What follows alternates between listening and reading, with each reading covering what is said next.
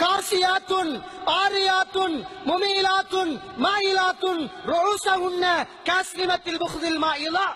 ஒரு பெண் கூட்டம், பெண் சமுதாயம் எப்படிப்பட்ட பெண்கள் என்றால் காசியாத்துன் ஆரியாத்துன், ஆடை அணிந்த நிர்வாணிகள், ஆடை அணிந்த நிர்வாணிகள், பிறர் பக்கம் சாய்ந்து போகக்கூடிய, பிறரை தன் பக்கம் சாய்ந்தெடுக்கக்கூடிய பெண்கள் கூட்டம்.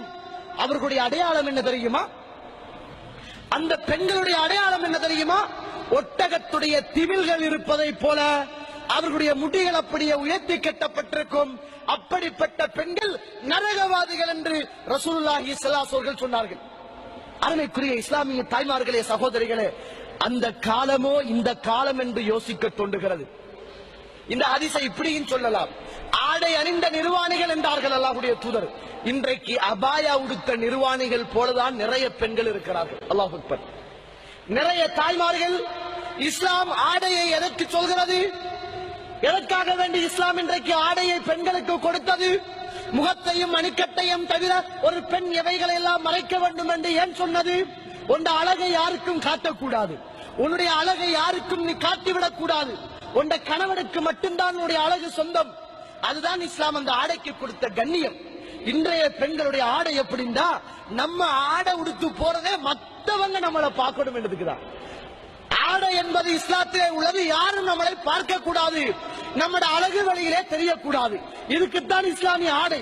ஆனா இன்றைக்கு இஸ்லாமிய ஆடையை இந்த பெண்கள் எப்படி மாத்திருக்கிறார்கள் என்றால், அபாயா உடுத்து போனா எல்லாரும் பார்க்கணும், இஸ்காப் கட்டி போனா எல்லாரும் பார்க்கணும், அபாயா நல்லா ஃபிட்டா இருக்கணும், உடம்புடைய பரமன் விளங்கணும், உள்ளாடைகள் வெளியாடைகள் அப்படியே தெரியணும். ரோசங்கட்ட விரசங்கட்ட விபச்சாரிகள் இப்படி ஆடை அணிந்து போகின்றவர்கள் எத்தனை ஆடவர்களுடைய மனங்களை கொள்ளை கொண்டு போகிறார்களோ அத்தனை பேர்களும் தன்னுடைய உடம்பினால் விபச்சாரம் செய்கின்ற விபச்சாரிகள், அவர்கள் நரகவாதிகள் என்றார்கள் ரசூலுல்லாஹ். ஆடை என்பது ஒரு பெண்ணுடைய மானத்தை பாதுகாக்க, ஒரு பெண்ணுடைய உடம்பை பாதுகாக்க.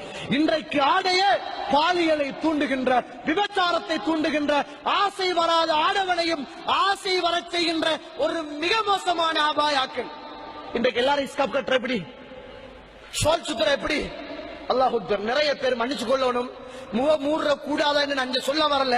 நிறைய தாய்மார்கள் பெருசா பஸ்ல எல்லாம் வருவாங்க, பெருசா என்னமோ அவங்களை விட யாருமே மார்க்கத்தில் இல்லாதத போல நினைப்பாங்க. முகம் மட்டும்தான் மறைச்சிருப்பாங்க, மத்த எல்லாமே உடுத்து வெளியில இருக்குது. ஃபேஸ் கவர் பண்ணி இருக்கிறார்கள், மத்த எல்லாமே உடுத்து வெளியில இருக்கிறது. அபாயா உடுத்திருக்கிறார்கள், உடுக்காமல் வீட்டில இருந்த உடுத்தாடையோடு வருவதை போல இருக்கிறது. அருமைக்குரிய இஸ்லாமிய தாய்மார்களே, இன்றைக்கு மாற்று மத சகோதரருடைய கலாச்சாரம் முஸ்லிம்களுக்கு மத்தியில் சர்வசாதாரணமாக வந்துவிட்டது.